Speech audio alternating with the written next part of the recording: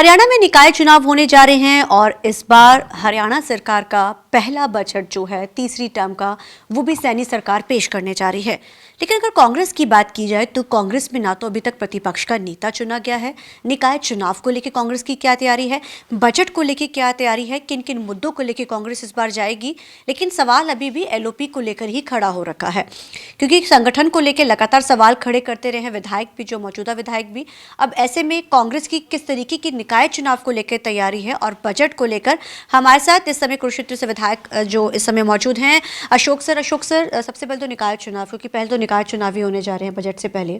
कांग्रेस ने संगठनात्मक ढांचे को स्ट्रांग करने के लिए किस तरीके का काम कर रही है?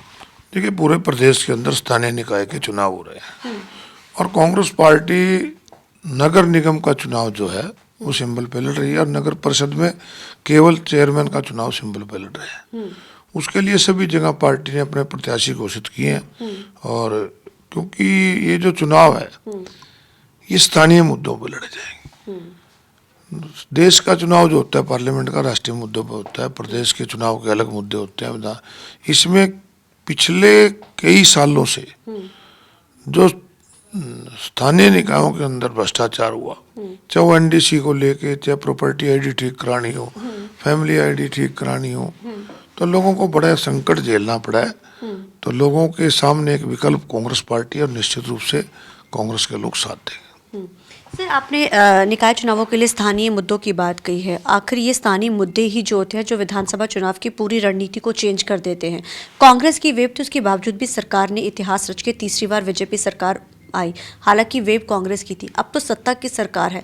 सरकार कह रही है हमने 100 दिन में जो काम किया हम उसको लेकर जाएंगे। नहीं लगता कांग्रेस के लिए, क्योंकि संगठनात्मक ढांचा भी इतना स्ट्रांग नहीं है कांग्रेस का, अभी तक प्रतिपक्ष का नेता नहीं चुना गया है। कई ऐसी चीज़ें हैं जिसको लेकर कांग्रेस को एक मंच पर होना बड़ा ज़रूरी है। शैलजा वर्सेस हुड्डा ग्रुप को भी ख़त्म करना होगा अगर इस बार के निकाय चुनाव में एक अच्छा वो करना। तो लगता है इन सब चीज़ों के बीच में कांग्रेस एकजुट होकर इस चुनाव में उतरेगी। कांग्रेस ने लोकसभा चुनाव भी एकजुट होकर लड़ा, विधानसभा का लड़ा, इस चुनाव को भी एकजुट होकर लड़ेंगे। जहां तक आपने विधानसभा चुनाव के बाद 100 दिन की बात की, आज ये हालात हैं हरियाणा प्रदेश के अंदर कि स्थानीय निकायों के चुनाव में जो उम्मीदवारों ने फार्म भरे हैं उनको दबाया जा रहा है, उनको धन का लालच दिया जा रहा है। किसी का भाई एम्प्लॉइज है तो उसको कह रहे हैं तेरी नौकरी पे से हम यहाँ से तबादला करवा देंगे। किसी कोई डिपो होल्डर है तो उसको धमका रहे हैं, कोई ठेकेदार होगा तेरी पेमेंट रखवा रहे हैं। तो इस प्रकार से जो ये सत्ता का दुरुपयोग है ये राजनीति के लिए अच्छा नहीं। प्रजातंत्र में चुनाव लोग करते हैं, वोट लोग देते हैं, परंतु जो कैंडिडेट खड़े हैं अगर आप उनको ही दबाओगे तो फिर इससे अच्छा तो नॉमिनेट कर दो। क्या लोड़ है चुनाव कराने की अगर तुमने ये करते हैं। और फिर साथ में ये लोग जो कहते हैं कि ट्रिपल इंजन सरकार है, जिसको तुम चुनोगे तो वो क्या तुम्हारा फायदा करेगा, सरकार फायदा करेगी। तो फिर जो इनका नारा है सबका साथ सबका विकास, उसको बदल देना चाहिए। इनको नारा दे देना है जिसकी सरकार उसका काम। तो विपक्ष को तो फिर रहेगा ही नहीं, तो डेमोक्रेसी कैसे रहेगी।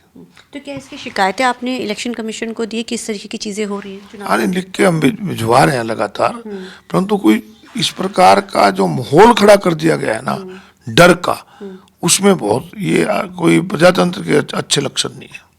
सर, प्रतिपक्ष के नेता कब तक चुन लिए जाएंगे? क्योंकि इसको लेके चाहे सरकार है, चाहे दूसरी पार्टियां, इनेलो की बात की जाए, जेजेपी बात की जाए, तमाम जो पार्टी हैं, इसको लेकर सवाल जो बहुत खड़े हो रहे हैं। संगठन को मजबूत करने के लिए कांग्रेस क्या कर रही है?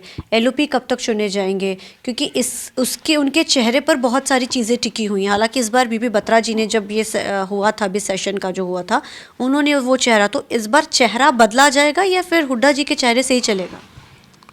आपकी बात ठीक है कि एलओपी का चयन जल्दी होना चाहिए, नहीं तो इस प्रकार से सवाल खड़े किए जा रहे हैं। परंतु क्योंकि फैसला हाईकमान ने करना है, हाईकमान को हम आपके माध्यम से भी वैसे भी कहेंगे कि जल्दी कर देना चाहिए। सर, बजट को लेकर आप लोगों की किस तरीके की तैयारी है? सरकार पहला बजट पेश करने जा रही है, तो आप लोगों की तरफ से कुछ तो मुद्दे होंगे जो लगता है आपको कि या इनके ऊपर इस वर्ग को इस तरीके की चीज़ें, क्योंकि सरकार ने हर वर्ग से बात की, वो कहते हैं हमने हर वर्ग से बात कर ही हमने बजट तैयार किया इस बार।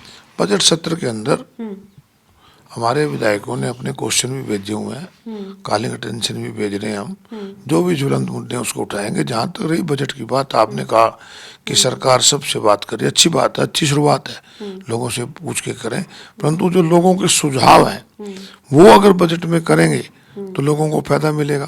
परंतु हरियाणा प्रदेश का बजट की बात अगर करोगे आप, बजट तो लगातार बढ़ रहा है परंतु कर्जा भी लगातार बढ़ रहा है। कैसे बढ़ रहा है कर्जा? यही तो ये देखने की बात है ना कि एक समय ऐसा था जब बजट 60,000 करोड़ का होता था और कर्जा भी 60,000 करोड़ के लगभग होता था।